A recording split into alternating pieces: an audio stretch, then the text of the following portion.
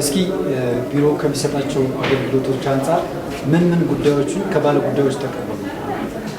እስካሁን እንግዲህ ለተወሰነ ጊዜ ነው ስራ የጀመርነው። እስካሁን ያየናቸው ጉዳዮች እና ባለ ጉዳዮች የሚያነሷቸው ጉዳዮች በተለይ በመንገድ የውስጥ ለመንገድ ላይ የመሬት አጠቃቀም ላይ የሚነሱ ሀሳቦች አሉ።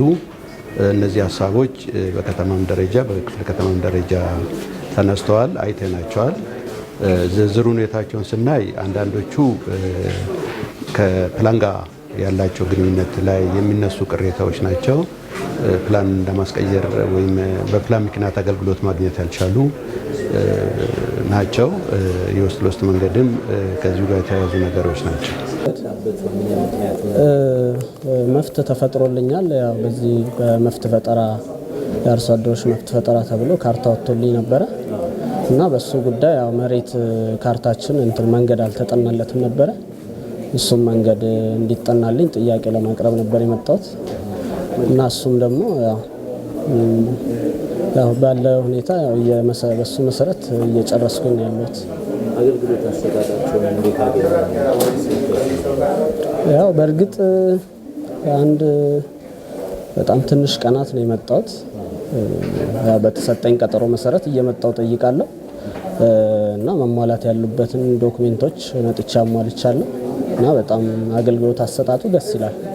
በእውነቱ በጣም ጥሩ ነው። አገልግሎት አሰጣጡ ቢስተካከል ያው እስካሁን ድረስ አልገጠመኝም። ቢስተካከል የሚባል አገልግሎታቸውን በቴክኖሎጂ ከመደገፍ አኳያ እዚህ ግድ መምጣት ነበረብን። ቴክኖሎጂያቸውን ስትጠቀማለህ?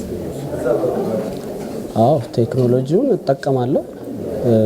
ያው ሁኔታው እዚህ የሚያስመጣ ጉዳይ ስለሆነ ነው እንጂ አሁን እኛ መፍትሄ ሲፈጠርልን የአገልግሎት ካርታችን ሲሰጠን በስልካችን ተከታትለን ነው በቃ በቴክኖሎጂው መሰረት ነው ካርታችን ጸድቆልን መተን ፕሪንት ያስደረግነው ማለት ነው እንጂ ምንም እዚህ ስትመጣ ትመጣለህ።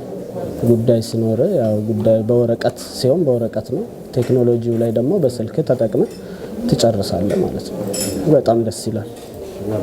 እሺ ነኝ ለማጽፈት ቤት አመሰግናለሁ። ለምን አንደኛ የህብረተሰብን ጥያቄ ለመመለስ በተለይ ነገሮች በተለይ ስማርት ወረዳዎች በፕላን የተመራ አካባቢዎች ነው በዋነኝነት ስራችን ማለት ስራው ማለት ነው። ለምሳሌ ህብረተሰቡ አንድን ነገር በሚንቀሳቀስበት ሰዓት ማዕከላዊ የሆነ ነገር ያስፈልገዋል። ለምሳሌ እንደ ወረዳችን ብንሄድ ወረዳችን ማዕከላዊ እንድትሆን ስማርት ወረዳ እንድትሆን፣ በወጣት ማዕከል ስንሄድ ሁሉንም ያማከለ ወጣት ማዕከል እንዲኖረው ይፈልጋል። ሁሉንም ያማከለ ትምህርት ቤት እንዲኖረው ይፈልጋል። ስለዚህ ከዚህ አንጻር እኔ የፕላን ልማት ጽሕፈት ቤቱ ጥሩ ስራ ነው እየሰራ ያለ። ካሁን በፊትም አሁንም ጥሩ ስራ እንዲሰራ ነው እኔ በእኔ በኩል የማስበው ማለት ነው። እስኪ ዛሬ ስለተወያያችሁበትና ሀሳብ ስለሚሰጡበት የወረዳ ማዕከል ልማት ፕላን ዙሪያ ግንዛቤ ተሰጥቷል። ዛሬ ካገኘሽው ግንዛቤ አንጻር ምን ጉዳዮችን ይመለሳሉ ብለሽ ታስባለሽ? እኛ እንግዲህ ዛሬ በጣም ደስ የሚል ነው።